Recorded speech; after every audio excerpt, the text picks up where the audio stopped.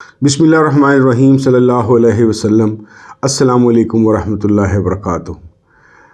کل پہلے ہی بہت طویل ہو گئی تھی ویڈیو، تو میں نے اس کو روک دیا، حالانکہ یہ جو کویشچن ہے جاننے، پہچاننے اور ماننے کی، سائنس، فلسفہ اور مذہب کے حوالے سے، اس پہ مجھے لگتا ہے کہ ایک دو اور چیزیں میں ایڈ کر دوں۔ اس کا مجھے فائدہ ہی ہوگا کہ یہ ایک قسم کی میری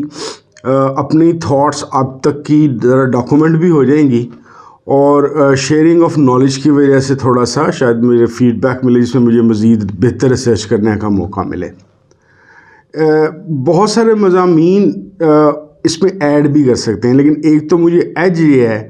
کہ فلسفے کی وجہ سے میرے پاس ایک لائسنس ہے کسی بھی مضمون کے اندر گھس جانے کا،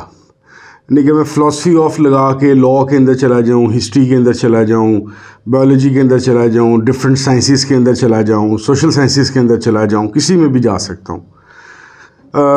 لیکن دو ایسی جگہیں ہیں، دو ایسے مضامین ہیں کہ ان کو زبردستی اگر ہم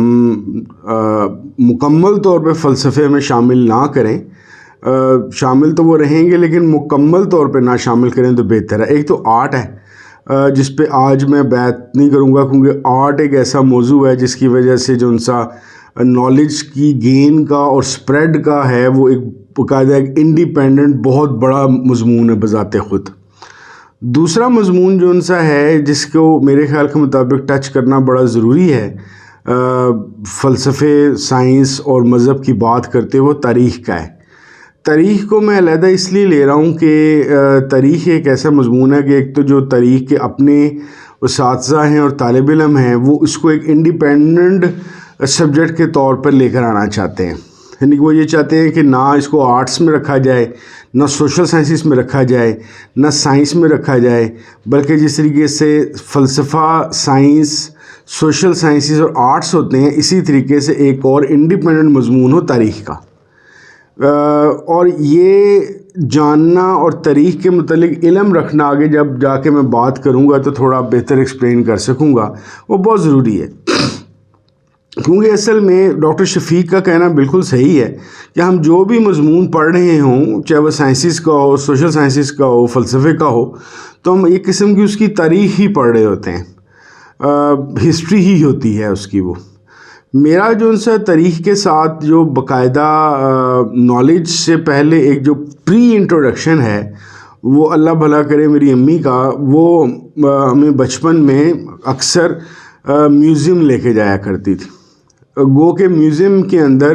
مجھے جو پینٹنگز والا حصہ تھا وہ زیادہ پسند تھا، اور جو ان سے مجسمے وغیرہ تھے، خاص طور پہ بدھا کے یا ملکہ وکٹوریہ کے لاہور میوزیم کی بات کر رہا ہوں، تو بس میں ان کو سرسری سا دیکھتا تھا۔ لیکن مجھے یہ پتا تھا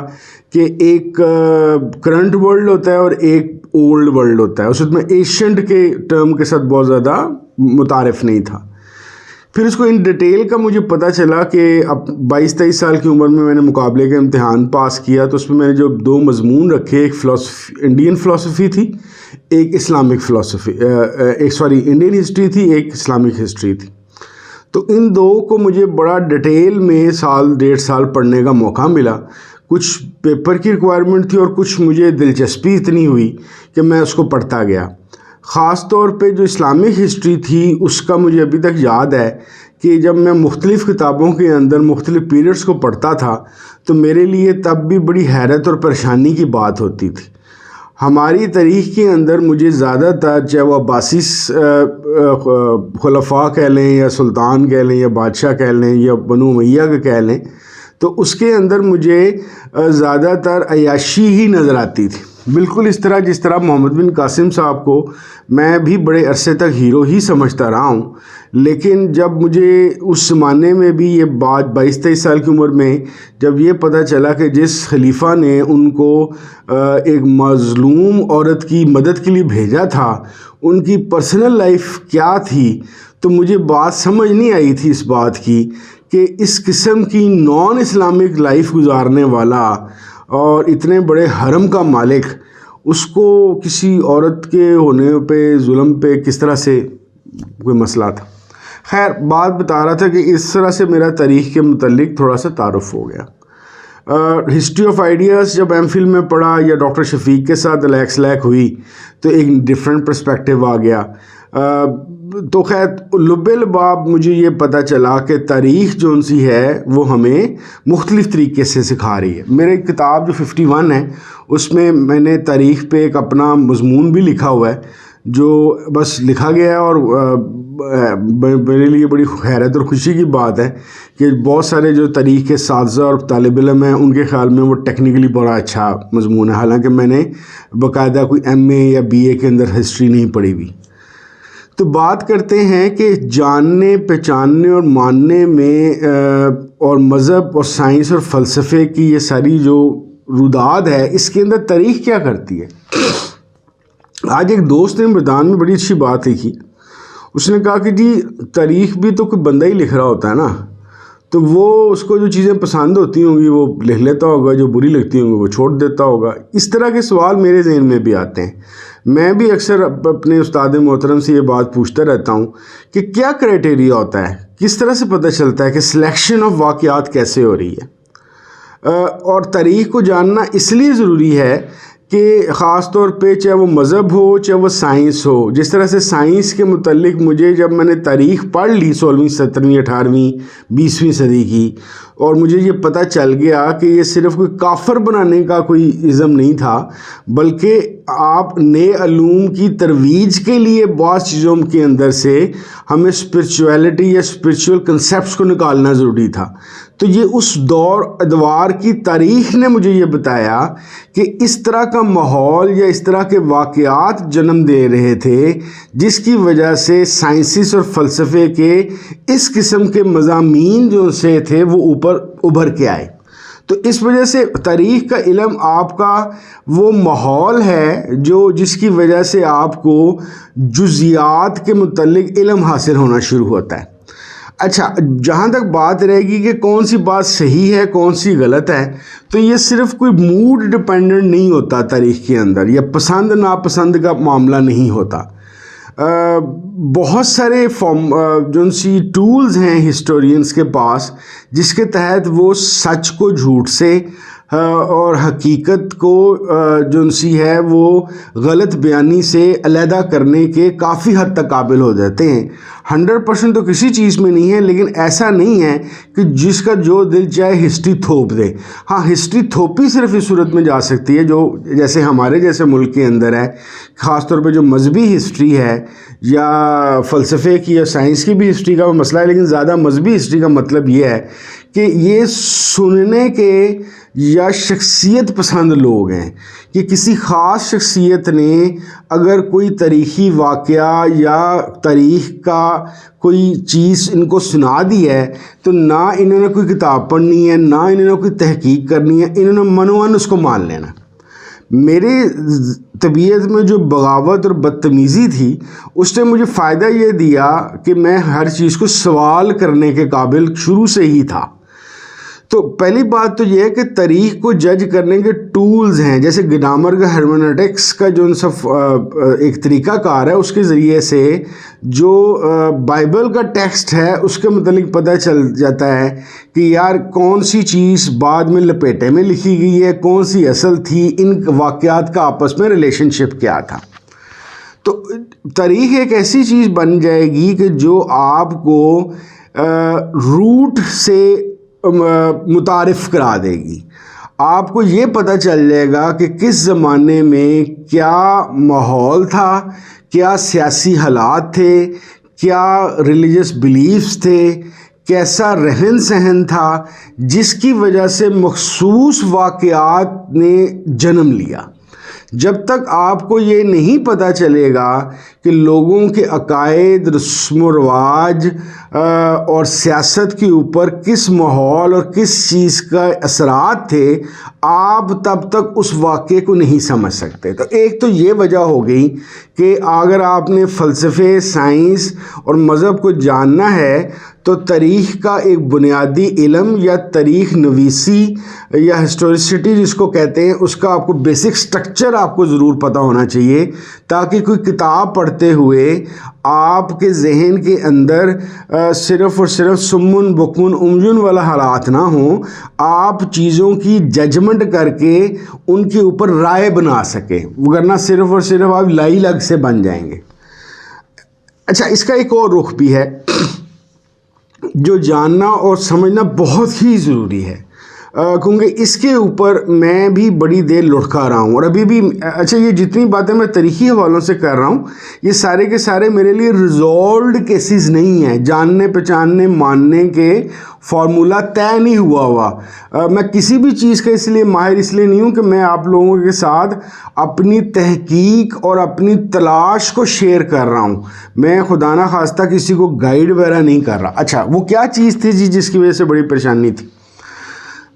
جو لوگوں نے کتابیں یا بعض چیزیں پڑھی ہوئی ہیں، یا خاص طور پہ جو یہاں کے ادھے پچدے لبرل اور نیم دہری ہیں، ان کو بھی یہ بات پتہ ہوگی، اور کتابیں پڑھنے والے لوگوں کو بھی پتہ ہوگی کہ ایک اسلام کی بات کر لیتے ہیں، کیونکہ ظاہر اسلام ہم سارے مسلمان ہیں تو اس کے متعلق ہم زیادہ جانتے ہیں۔ اس کے متعلق اکثر یہ بات کی جاتی ہے کہ جی فلانی چیز فلانے ریلیجن سے آئی ہوئی ہے، فلانی چیز فلانے ریلیجن سے آئی ہے، فلانی چیز فلانے ریلیجن سے آئی ہے۔ خاص طور پہ ویسٹ کے اندر اگر آپ کو کچھ جو سے ریلیجس کمیونٹیز کے کچھ ریسرچ پیپر پڑھنے کا موقع ملے تو وہاں پہ جیوز کا اور عیسائیوں کا الزام ہے اسلام کے اوپر کہ یار یہ تو جو مذہب ہے یہ کاپی کیٹ ہے ہمارا، ان کے مینس کہ ایک نقل ہے، یہ اصلیت اس کی کچھ بھی نہیں ہے۔ اچھا، اب یہ جاننے کے لیے کہ کیا یہ واقعی ایسا ہے یا اس کا کوئی اور مطلب ہے، اگر آپ کو تاریخ کا نہیں پتہ اور آپ کو یہ نہیں پتہ کہ ایشین ٹائم سے ریلیجنز کیسے ڈیولپ ہوئے، کیوں ڈیولپ ہوئے، اور کیسے ڈیولپ ہوتے ہوتے آج اس رخ پہ آ گئے ہیں، تو آپ اس بات کا جواب بھی نہیں دے سکیں گے۔ زیادہ سے زیادہ کافر کہہ کے یا گستاخ کہہ کے آپ اس کو چپ کرا دیں گے اگر آپ ایک کرونک مسلمان ہیں، اور اگر آپ ایک نیم دہریے لبرل ٹائپ بندے ہیں تو آپ تالیاں بجا دیں گے کہ ویری گڈ، دیکھا میں بھی یہی سوچتا تھا کہ یہ ریلیجن ڈھکوسلہ ہے اور یہ ثابت ہو گیا اس بات کا۔ تو تاریخی لحاظ سے اب میں آپ کو بتاتا ہوں کہ میرے پاس ریزولو کس طرح سے آنا شروع ہوا، اور میرا جاننے ماننے پہچاننے والی ایکویشن فلسفے اور سائنس کے ساتھ تاریخ نے کیسے بلڈ کی۔ دیکھیں، پہلی بات تو یہ ہے کہ اسلام ایک بڑا یونیک سا ریلیجن ہے۔ اسلام اس لیے بڑا یونیک سا ریلیجن ہے کہ ہمیں ہسٹوریکلی اس بات کا پتہ ہے، جیسے یہ احادیث ہیں، یہ کیا ہیں؟ یہ اصل میں رسول کریم صلی اللہ علیہ وسلم کی اس زمانے کی جو زندگی ہے اس کا ہسٹوریکل ریکارڈ ہے۔ تو اس ہسٹوریکل ریکارڈ کے اندر ہمیں رسول کریم صلی اللہ علیہ وسلم کی ایک حدیث یا ایک ہسٹوریکل سٹیٹمنٹ ہمیں ملتی ہے جس میں مسلمان اگریڈ اپون ہے سارے کے سارے، دوسرے مانے نہ مانے، کہ رسول اللہ صلی اللہ علیہ وسلم نے فرمایا کہ میں دین ابراہیمی پہ ہوں۔ اب جب انہوں نے یہ کہہ دیا خود سے دین ابراہیمی پہ ہوں، تو دیٹ مینز کہ حضرت ابراہیم علیہ السلام کے اوپر جو دین آیا یا دین ان تک پہنچا، اور انہوں نے جس دین کی ترویج و اشاعت کی آج سے 2500-3000 یا 3500 سال پہلے، تو وہ تقریباً قانون کی صورت میں کافی حد تک اور کنسیپٹ کی صورت میں ویسا ہی تھا جو ریلیجن تھا۔ تو وہاں سے کوئی چیز حضرت ابراہیم علیہ السلام سے نقل نہیں ماری گئی، بلکہ رسول اللہ صلی اللہ علیہ وسلم تو خود مان رہے ہیں اس بات کو کہ میں دین ابراہیمی پہ ہوں، یعنی کہ وہی ریلیجن کی ایک کنٹینیوٹی چل رہی ہے۔ دوسری بات ہمیں یہ ذہن میں رکھنی چاہیے کہ تاریخی طور پہ ریلیجن آف اسلام دوسروں سے ڈفرینٹ ایک اور وجہ سے بھی ہے۔ میری تحقیق یا میرے علم کے مطابق، ہو سکتا ہے میں غلط ہوں، لیکن میرے علم کے مطابق اسلام واحد وہ ریلیجن ہے جو تمام ریلیجنز کو، جو آسمانی ریلیجن تھے اور رسول اللہ صلی اللہ علیہ وسلم سے پہلے کے جو پیغمبر تھے ان کو مانتا ہے۔ ہم حضرت عیسیٰ کو مانتے ہیں، حضرت موسیٰ کو مانتے ہیں، حضرت ابراہیم علیہ السلام کو مانتے ہیں، جتنے بھی یہ پروفٹس تھے ہم یہ مانتے ہیں کہ 1.25 لاکھ پیغمبر تھے۔ آپ کو پتہ ہے اس بات کا کہ عیسائی ہمیں اور یہودی کو نہیں مانتے، یہودی عیسائی اور مسلمان کو نہیں مانتے، ہم وہ واحد ریلیجن ہیں تاریخی طور پہ کہ جو کنفرمیشن آف ادرس کرتا ہے کہ ہاں بھئی، کیونکہ ہمارا ایمان تب تک مکمل نہیں ہوگا جب تک یہ چیزیں مکمل نہیں ہوں گی۔ اچھا، یہ والی بیس جب میں نے آپ کو بتا دی تو کچھ عرصے میں ہوتا کیا تھا کہ اس کے علاوہ بھی کچھ چیزیں ہیں۔ دین ابراہیمی تک تو بات ریزولو ہو گئی، لیکن جب آپ پہلی دفعہ یہ پڑھتے ہیں کہ زرتشت صاحب جو ان سے پارسی ریلیجن کے پیشوا تھے، انہوں نے سب سے پہلے آج سے 4 سے 4,500 سال پہلے جنت اور جہنم کا کنسیپٹ سب سے پہلے، یا جنت اور جہنم ہوتی ہے سب سے پہلے، یعنی کہ حضرت ابراہیم علیہ السلام سے بھی پہلے انہوں نے بتایا۔ تو آپ کو ایک جھٹکا سا لگتا ہے کہ، اور یہ جو ان سے ہمارے نان ریلیجس لوگ ہیں وہ کہتے ہیں ادھر سے بارو کر لیے، تو آپ کے پاس کوئی جواب نہیں ہوتا۔ اسی طریقے سے پل صراط تک کا کنسیپٹ اور ہیل کے اندر جو سزاؤں کا کنسیپٹ ہے، یہ بھی تاریخی طور پہ کافی حد تک اس کی جو ڈیٹیلنگ آئی ہے وہ زرتشت صاحب کی طرف سے آئی ہے، ان کی کتاب میں موجود تھی اور ان کی پریچنگ کے اندر موجود تھی۔ اسی طریقے سے آپ کو جب یہ پتہ چلتا ہے کہ جناب فلانی ہماری جو چیز ہے یا عقیدہ ہے یا ہماری پریکٹس ہے وہ بدھا سے ملتا ہے، فلانی چیز کے متعلق جو ہم کہہ رہے ہیں وہ رام صاحب نے بھی کہا ہوا ہے، فلانی چیز جو ان سی ہے، یا ایون جو ان سے نئے ریلیجنس ہیں جس طرح سکھ ازم جو ان سے ہے وہ ایک بہت نیا ریلیجن ہے، اس کے متعلق جب ہمیں پتہ چلتا ہے کہ یار، یعنی کہ جیسے بابا گرو نانک کے متعلق ایک بات مشہور ہوئی ہے کہ شاید انہوں نے حج بھی کیا تھا، واللہ عالم کیا تھا یا نہیں کیا تھا، لیکن یہ بات تو صاف ہے نا کہ ان کا جو ان سے اپنا ایک گرو ہے، یعنی کہ گرو گرنتھ صاحب، اس کے اندر بابا فرید کے شلوک بھی ہیں۔ بعض لوگ یہ کہتے ہیں کہ گولڈن ٹیمپل کا سنگ بنیاد جو ان سے حضرت میاں امین نے رکھا تھا، تو دیٹ مینس کہ کہیں نہ کہیں چیزیں آپس میں مل رہی ہیں۔ تو اب اس کو دیکھنے کے 2 طریقے ہو گئے سائنٹیفکلی۔ ایک طریقہ کار یہ ہو گیا ریسرچ کرنے کا کہ ہم یہ کہیں کہ یار یہ سارے کے سارے ریلیجنس جو ان سے ہیں یہ مختلف ادوار میں آپس میں رلے ملے ہیں، ایک نے دوسرے سے پک کیا، دوسرے نے تیسرے سے پک کیا، اور الہامی کوئی بھی نہیں ہے، یہ آپ ہی انہوں نے بنا لیا سارا کچھ۔ دوسرا طریقہ کار یہ ہے کہ ہم یہ سوچیں کہ کہیں ایسا تو نہیں ہے کہ خدا نے انسان کی یہ والا جو روپ جو ہمارا ہومو سیپینس کا ہے، اس کے آنے کے بعد مختلف ادوار میں جوں شعور اپنی ترقی کرتا گیا، تو شعور کی ترقی کے ساتھ ساتھ شعور کی ترقی جوں بڑھتی گئی تو اس کے مطابق مختلف لوگوں کو ہدایت کے لیے بھیجا اور مختلف طرح کی پریکٹسز ان کے ساتھ رہیں۔ اب اس میں 2 طرح کا سپلٹ آ جاتا ہے۔ ایک آپ لائن کھینچ لیں، لائن یہ کھینچ لیں، ایک اولڈ ریلیجنس کہہ لیں، ایک ایشینٹ ریلیجنس کہہ لیں۔ اولڈ ریلیجنس کے اندر کون آ جائے گا؟ یہ ابراہمک ریلیجنس آ جائیں گے، یعنی کہ حضرت یہ یہودی آ جائیں گے، عیسائی آ جائیں گے اور ہم مسلمان آ جائیں گے۔ ایشینٹ کے اندر کون آ جائے گا؟ ایشینٹ کے اندر سب سے پرانا جو میرے علم کے مطابق ہے، یعنی کہ جو ان سے نون جس کے متعلق ہمیں کتابیں یا کہانیاں یا سٹرکچر ملتا ہے، وہ جناب رام صاحب ہیں، یعنی کہ وہ تقریباً کوئی 5200 سال سے لے کے 6000 سال پہلے کے تھے۔ پھر اس کے علاوہ ایک اور بہت کا دور جو شخصیت ہیں وہ جینزم کے، جو جن کی وجہ سے ویسے تو کہتے ہیں کہ ان کے پہلے بھی بہت سارے مہاویر تھے، لیکن جن مہاویر کو ہم جانتے ہیں وہ بھی کوئی 3500 سے 4500 قبل مسیح سے کے درمیان کے بندے ہیں، مہاویر ان کا نام ہے، جنہوں نے جینزم شروع کیا۔ تیسرا ریلیجن جو ان سا ہے وہ گوتم سدھارتھ صاحب کا ہے۔ گوتم سدھارتھ صاحب کے متعلق ہمیں پتہ ہے کہ یہ حضرت ابراہیم علیہ السلام کے آس پاس یا 1000 سال یا اسی زمانے کے ہیں، یا 500,000 سال کے ریڈیس کے زمانے کے اندر کے شخصیت ہیں، تو یہ بھی ایشین ریلیجن میں آتا ہے۔ اس کے علاوہ چائنا کے اندر بہت سارے ریلیجنس موجود تھے، تو یہ ایشین ریلیجنس ہو گئے، یہ اولڈ ریلیجنس ہو گئے۔ تو اگر رام صاحب نے اپنی کسی ریلیجسٹی کی وجہ سے یا ہو سکتا ہے ان کا، کیونکہ 1.25 لاکھ پیغمبر ہیں، کون کون پیغمبر ہے کون کون نہیں ہے واللہ عالم. جس طرح سے مجھے یاد ہے ڈاکٹر اسرار احمد کا یہ خیال تھا کہ قرآن شریف میں جو ذی الکفل کا ذکر ہے وہ شاید بدھا صاحب کا ذکر ہے. وہ کہ میں نے اس کو بائی نہیں کیا ہوا، لیکن میں ویسے ریفرنس کے طور پہ بتا رہا ہوں، کیونکہ میری اس پہ تحقیق نہیں ہے ابھی کہ بدھا ذی الکفل تھے بھی یا نہیں تھے، یہ مجھے نہیں معلوم اس بات کا. لیکن بتانے والی کرنے والی بات یہ تھی کہ جس طریقے سے فلسفے کا ایک سٹرکچر ہے،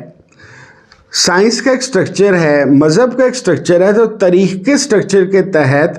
ہمیں رام صاحب، مہاویر صاحب، بدھا صاحب اور زرتشت صاحب کے متعلق بھی بہت ساری ایسی باتیں پتہ چلتی ہیں جس پہ گمان ہوتا ہے کہ شاید وہ کوئی روحانی یا ریلیجس جینون شخصیات ہوں. واللہ عالم، ہمیں نہیں پتہ، کیونکہ ہم زیادہ جو چیز کا ریکارڈ ہمارے پاس موجود ہے ہم مسلمانوں کے پاس وہ ابراہمک ریلیجنس کا ہے. دوسرا ہمارے ساتھ پاکستانیوں کے ساتھ ایک اور ٹریجڈی یہ ہو گئی ہوئی ہے کہ 47 کے بعد ہمارا جو ملک ہے وہ آغاز ہی 1947 سے کر دیا ہوا ہے. یعنی کہ جس علاقے کے اندر ہڑپا ہے، منجو دوڑو ہے، بعض بلکہ بھی پچھلے دنوں جب میں اسلام آباد گیا ہوا تھا تو وہاں کے ڈپارٹمنٹ آف آرکیالوجی اور میوزیم میں ایک ڈاکٹر صاحب مجھے ملے. ان کا ایک خیال تھا، بھی میں نے ان سے ریفرنس لینا ہے، کہ یہ جو مہا بھارت ہوئی تھی یہ جنوبی پنجاب کے علاقے میں ہوئی تھی. تو اتنے رچ کلچرل علاقے کو ہم نے 1947 سے سٹارٹ کر دیا، پچھلے والے کو سب کو ہم نے بلا دیا یا بلانے کی ہم کوشش کرتے رہے. تو ہم اپنی روٹس کو کاٹ رہے ہیں. یا بالکل جس طرح جیسے تھوڑے دن پہلے میں نے ایک پوسٹ خیبر پختونخوا پہ لکھی تھی، خیبر پختونخوا میں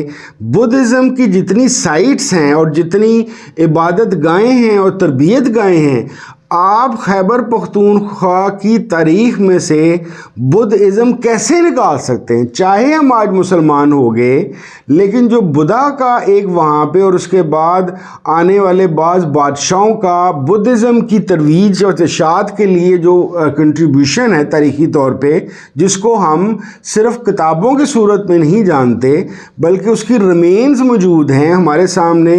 وہ سٹرکچرز موجود ہیں جس کے تحت ہمیں پتہ ہے کہ پورے کے پی کے اندر آپ کا بدھ ازم جو سا تھا وہ پھیلا ہوا تھا. اور اشوکا دا گریٹ کی بھی بہت ساری چیزیں موجود ہیں. ہم چندر گپت موریہ کو اپنے اندر سے کیسے نکال سکتے ہیں؟ تو لب لباب یہ ساری بات بتانے کا یہ تھا کہ چاہے اولڈ ریلیجنز ہیں چاہے ایشین ریلیجنز ہیں، مجھے ایسا لگتا ہے، یہ اب آ رہا ہوں میں اپنے پوائنٹ کے اوپر، جاننا پہچاننا ماننا کے اوپر. ایک تو خیال یہ ہے کہ یہ باروڈ تھاٹس ہیں کہ ادھر سے اٹھایا ایک نیا ریلیجن بنا لیا. پہلے مجھے بھی اس طرح کے بجلی کے جھٹکے لگتے تھے، خاص طور پہ زرتشت صاحب کے متعلق جب میں نے آج سے 2-3 سال پہلے زیادہ پڑھنا شروع کیا تو وہ ایک عجیب سی پرسنالٹی ہیں اور وہ بڑی اسٹرانگ بلیف سسٹم اور ان کی ٹیچنگز ہیں. میں بلکہ ان کے متعلق مزید جاننا چاہتا تھا. پچھلے میں کراچی آتا جاتا ہوں تو پچھلے سال میں نے وہاں پہ پارسی صاحبان کا جو ان سا ایک مین جگہ ہے کراچی میں، وہاں پہ میں گیا بھی. میں کوئی 4 ماہ ان کے لیے کوشش کرتا رہا کہ خدا کا واسطہ مجھ سے مل لو، میں آپ پہ کوئی تحقیق کرنا چاہتا ہوں کہ مجھے پتہ چلے کہ جی زرتشت صاحب کی ہسٹوریکلی اور سوشیولوجیکلی اور اینتھروپولوجیکلی کیا کنٹریبیوشنز ہیں اس معاشرے کے اوپر جس کو ہم آج پاکستان کہتے ہیں.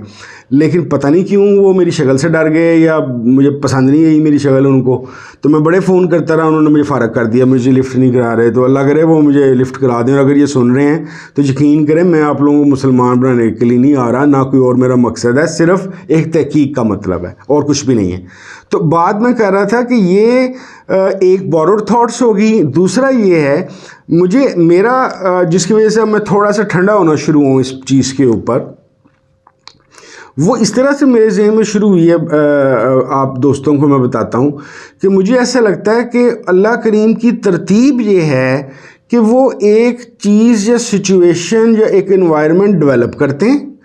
انسان کو انہوں نے دماغ دیا ہوا ہے جو بہت آرڈینری سے آہستہ آہستہ ایک کمپلیکس چیز کے اندر ڈیولپ ہو رہا ہے. جب انسان اور اس کی معاشرت اور اس کا معاشرہ اور اس کے علوم ایک خاص جگہ پہ پہنچ جاتے ہیں تو وہاں پہ جا کے وہ ایک خاص طرح کی شخصیت یا شخصیات کو بیچ کر تھوڑا سا ٹون ڈاؤن کر دیتا ہے۔ تو اللہ کریم کی مجھے ایسا لگتا ہے کہ سنت مبارک یعنی کہ اللہ تعالیٰ کا طریقہ کار یہ ہے کہ it's is his guideline, یعنی کہ اللہ کریم کی گائیڈ لائن اور رحمت اور ساتھ اللہ کے دیے ہوئے دماغ کی کمبینیشن سے چیزیں آگے کی طرف چلتی ہیں اور آگے کی طرف دوڑتی ہیں۔ دیٹ از وائی آپ یہ دیکھیے کہ مختلف زمانے میں جن بڑی شخصیات کا ہم ذکر کر رہے ہیں وہ مختلف طرح کے لوگ آئے، اپنی معاشرت اور اپنے اس وقت کے تک کی تاریخی طور پہ جہاں پہ انسان پہنچے تھے اس کے مطابق آئے۔ رسول کریم صلی اللہ علیہ وسلم کی ایک اور وجہ آخری نبی صلی اللہ علیہ وسلم ہونے کی یہ بھی ہے، جس پہ مجھے یقین کامل ہے محترم شیخ صاحب نے جس طریقے سے مجھے سمجھایا، کہ آپ یہ سوچئے کہ جب رسول کریم صلی اللہ علیہ وسلم آخری خطبہ دے رہے ہیں اور جب الیوم اکملت دینکم والی آئی ہے تو پہلے بھی ایک ویڈیو میں نے کہی تھی کہ ہو سکتا ہے آج سے 50,000 سال یا لاکھ سال پہلے بعض شخصیات آئی ہوں اور ان کو ایک سٹیج پہ اللہ تعالیٰ لے کر آیا ہو، پھر انسانی شعور نے مزید بہتری حاصل کی ہو، پھر اس کو ایک چیز دی ہو، پھر اللہ تعالیٰ نے چھوڑا ہو کہ تو خود سے اپنے آپ کو ڈیولپ کر پھر رسول اللہ کے دور تک اب یہ بات ذہن میں رکھیے کہ ارسطو، افلاطون، یہ جو ان سا گیلن ٹائپ بڑی شخصیات تھیں جو مین Greek, Egyptian, Chinese, Indian philosopher تھے، وہ گزر چکے ہوئے تھے، یعنی کہ وہ آ کے جا چکے ہوئے تھے۔ یعنی کہ رسول کریم صلی اللہ علیہ وسلم کے دور میں آج سے 1500 سال پہلے نالج ایک خاص سٹیج پہ آ چکا ہوا تھا، وہ رو نہیں تھا۔ آپ تھوڑی دیر کے لیے سوچئے کہ آج سے 3,500-4 ہزار سال پہلے، چلیں ہم ان ایشنٹ کو بات نہیں کرتے جس کو فی الحال مسلمان نہیں شاید نبی ماننے کی تیار ہوں گے، حضرت ابراہیم علیہ السلام کے زمانے میں جنگیں، معاشرت، رہنا سہنا، گھر، سیاست، حکومت کے طریقہ کار، ریاست کی مشینری کتنی سادہ ہوگی، بہت ساری چیزوں کو پتہ ہی نہیں ہوگا۔ رسول کریم صلی اللہ علیہ وسلم کے زمانے تک روم کی سلطنتیں بن چکی ہوئی ہیں، ایران اپنی ہائٹ پہ جا چکا ہوا ہے، افلاطون، پلیٹو اور اس طرح کے بے شمار جو ان سے ایک گریک فلاسفرز ہیں وہ اپنی چیزیں بتا چکے ہوئے ہیں۔ تب رسول کریم صلی اللہ علیہ وسلم تشریف لائے ہیں اور تب وہ آخری آیت اتری ہے الیوم اکملت دینکم والی۔ تو مجھے کہنے کا مطلب یہ تھا کہ جب اب ہم جاننے، ماننے، پہچاننے کے سفر پہ چلیں تو میرا مشورہ یہ ہے کہ چاہے آپ تاریخ کے تھرو جائیں، چاہے آپ فلسفے کے تھرو جائیں، چاہے آپ سائنس کے تھرو جائیں، آپ کو باہوش و حواس کافی حد تک ان بائسڈ ہو کے چلنا پڑے گا۔ تحقیق کبھی بھی چمٹ کے کسی چیز سے کہ نہیں میں ثابت کرنی ہے، منو نہیں پتا میں کر کے رہنی ہے، یہ اس طریقے سے نہیں چلتی۔ آپ کو اپنا ذہن کھلا رکھنا ہوگا۔ دیٹ از وائی تقریباً اپنی ہر دوسری تیسری ویڈیو میں جب میں یہ ریکویسٹ کرتا ہوں کہ ٹھٹھا نہ اڑائیں، لوگوں کے مذاق نہ بنائیں، خواہ مخواہ کی چیزوں کے باتیں نہ بنایا کریں، اس کی وجہ یہ ہے کہ یہ ساری کی ساری چیزیں دانش مندی، عقل اور شعور کی ڈیولپمنٹ کو کل کر دیتی ہیں۔ جب آپ نے کسی چیز کو گستاخی کہہ کے اڑا ہی دیا، جب آپ نے کسی چیز کو ٹھٹھا ہی اڑا دیا، مذاق ہی اڑا دیا، تو آپ اس پہ تحقیق کیسے کر سکتے ہیں؟ اور خاص طور پہ میں مسلمانوں سے یہ ایکسپیکٹ کرتا ہوں، اور اپنے آپ سے سب سے پہلے، جو مجھے شیخ صاحب نے صبر کے ذریعے سے اور شکر کی ذریعے سے میرے اندر جو ٹھہراؤ کی مجھے تعلیم شریف دی اور میری تربیت کرنے کی کوشش کی، اس کی بھائیوں مین وجہ ہی یہی ہے۔ جب تک آپ ایک ٹھہراؤ اور صبر اور شکر کی کیفیت میں نہیں جائیں، میرا ایک دوست تھا، اس نے صبر کا مطلب یہ کوشش ہی نہیں کرنی، وہ عجیب آدمی تھا، پتہ نہیں کہ اس نے یہ بات سمجھی۔ صبر کا مطلب ہوتا ہے چیزوں کو ٹھہر کے لے کر چلنا، اس کا مطلب یہ نہیں ہے کہ رس کے بیٹھ جاؤ گھر۔ تو جب تک آپ کے اندر ایک بیلنس پرسنالٹی نہیں ہوگی بھائی، نہ آپ فلسفہ سے پڑھ سکتے ہیں، سیکھ سکتے ہیں، نہ آپ سائنسز کا کچھ کر سکتے ہیں، نہ آپ آرٹ کا کچھ کر سکتے ہیں، اور نہ تاریخ کا تو آپ بالکل ہی کچھ نہیں کر سکتے۔ تو ہمیں اگر ہم علم کے لیے جاننے پہچاننے اور ماننے کا سفر بذریعہ فلسفہ، بذریعہ مذہب، بذریعہ سائنس، بذریعہ آرٹ، بذریعہ تاریخ کرنا چاہتے ہیں تو ہمیں بردباری سے، سکون کے ساتھ، ایک ٹھنڈے مزاج کے ساتھ چیزوں کو کھلے ذہن کے ساتھ دیکھنا اور پرکھنا پڑے گا۔ اگر ہم یہ نہیں کر سکیں گے تو we stand nowhere. That is why میں یہ چاہتا ہوں کہ ہم سب سے پہلے اس محبت کے سفر کا آغاز کرنے کے لیے سب سے پہلے پیارے پاکستان کی جو اکائیاں ہیں، یہ بلوچستان والے ہیں، یہ اندرون سندھ اور سندھ والے ہیں، یہ پنجاب اور جنوبی پنجاب والے ہیں، یہ خیبر پختونخوا کے لوگ ہیں، یہ کشمیر کے لوگ ہیں، گلگت بلتستان کے لوگ ہیں، سب سے پہلے اللہ کے بندو پہلے آپس میں تو اکٹھے ہو جاؤ۔ یعنی کہ ایک ریلیجن کا اور رسول اللہ صلی اللہ علیہ وسلم کو اپنا نبی ماننے کا جو تقریباً 90% لوگ ہیں وہ اس کو مانتے ہیں، وہی نہیں اکٹھے۔ پھر اس کے علاوہ رسول اللہ صلی اللہ علیہ وسلم نے ہی ہمیں ہدایت فرمائی ہوئی ہے کہ ہم نے ہندوؤں کی، عیسائیوں کی، دوسرے تمام ریلیجنز کے لوگوں کی عزت کرنی ہے۔ دیٹ از وائی آپ نے دیکھا میں نے رام صاحب کہا، مہاویر صاحب کہا، بدھ صاحب کہا، زرتشت صاحب کا۔ دیکھیں میرے نبی صلی اللہ علیہ وسلم کے متعلق اگر کوئی ذرا سا غلط سوچے بھی تو میں برداشت نہیں کر سکتا۔ ہم ان شخصیات کو نبی یا اوتار یا دیوتا مانیں یا نہ مانیں، وہ تو مانتے ہیں نا۔ یہ بات ذہن میں رکھا کریں کہ دنیا کی آبادی 8 ارب ہے، 8 ارب میں سے صرف 1.8 بلین یعنی کہ تقریباً 1.25 ارب لوگ مسلمان ہیں۔ اس کا مطلب یہ ہے کہ دنیا کی زیادہ بڑی جو تعداد ہے وہ نہ ہمارے اللہ کو مانتی ہے، نہ ہمارے قائد کو مانتی ہے، نہ ہمارے نعوذ باللہ رسول اللہ علیہ وسلم کو مانتی ہے۔ تو اور دوسری بات یہ ذہن میں رکھنی چاہیے کہ یہ جو لفظ ہمارے رسول اللہ صلی اللہ علیہ وسلم کا رحمۃ للعالمین کا ٹائٹل ہے، اس کو جاننے اور سمجھنے کی کوشش کیجئے۔ بھئی کیا پتہ، واللہ عالم، کہ کس نے اور کس مذہب کے اچھے بندے نے رسول اللہ صلی اللہ علیہ وسلم کی شفاعت اس کو بھی نصیب ہو۔ ہمارے پاس کوئی تحریر لکھی ہوئی ہے کہ نعوذ باللہ ہم اللہ رسول کو کوئی یہ کہہ سکتے ہیں کہ یہ کر یہ نہ کر، توبہ استغفار؟ بھئی ان کی مرضی ہے۔ اللہ نے جب ان کو رحمۃ للعالمین صلی اللہ علیہ وسلم کے عہدے پہ فائز کیا ہمیشہ کے لیے، تو اس کے اندر تو تمام مذاہب آ جاتے ہیں، تمام چیزیں آ جاتی ہیں۔ اس کا مطلب یہ نہیں ہے کہ میں یہ کہنا چاہ رہا ہوں کہ سب ریلیجنس کو بھئی جس کو ماننا مانے، نہ مانے، عزت تو کریں۔ میں الحمدللہ ایک سنی مسلمان ہوں، میں محترم شیخ صاحب کا مرید ہوں، مجھے ان کے ذریعے سے ریلیجن کا پتہ چلا ہے، مجھے انہوں نے ریلیجن کا بتایا کہ بھئی رسول اللہ صلی اللہ علیہ وسلم کے طریقہ کار پہ چلنا ہے۔ لیکن میں تمام مذاہب کی عزت کرتا ہوں، مجھے کسی کے ساتھ کوئی مسئلہ نہیں ہے۔ میں کیوں ہندوؤں کو، سکھوں کو، یہودیوں کو، عیسائیوں کو ہر وقت یہ کوشش کرتا رہوں کہ ان کو میں نے غلط ثابت کرنا ہے، یا ان کے ساتھ ایسی باتیں کروں ان کا دل دکھے؟ تو محبت کی پریکٹس کرنے کے لیے سب سے پہلے اپنے صوبوں کے اندر محبت کا کریں۔ اس کا طریقہ کار یہ ہے کہ میں نے پہلے بھی کہا ہے کہ آپس میں کوئی انٹریکشن ہم بڑھاتے ہیں، اپنے صوبوں کے متعلق کوئی علم کی ڈسکورس کرتے ہیں، اپنے چیزوں کا کوئی فورمز آپس میں بناتے ہیں، ڈسکشنز کرتے ہیں، اور کوئی اس طرح کا ماحول بناتے ہیں جس کے اندر ہمارے ملک کے اندر جو اقلیتیں رہ رہی ہیں وہ اپنے آپ کو بہتر اور پاکستانی محسوس کریں۔ دیکھیں ہمیں اگر ایسا نہ ہوتا تو حضرت عمر جب بیت المقدس گئے تھے، وہ اتنا کلیئر اسلام ہے، اتنی کلیئرٹی ہے، انہوں نے وہاں پہ نماز نہیں پڑھی تھی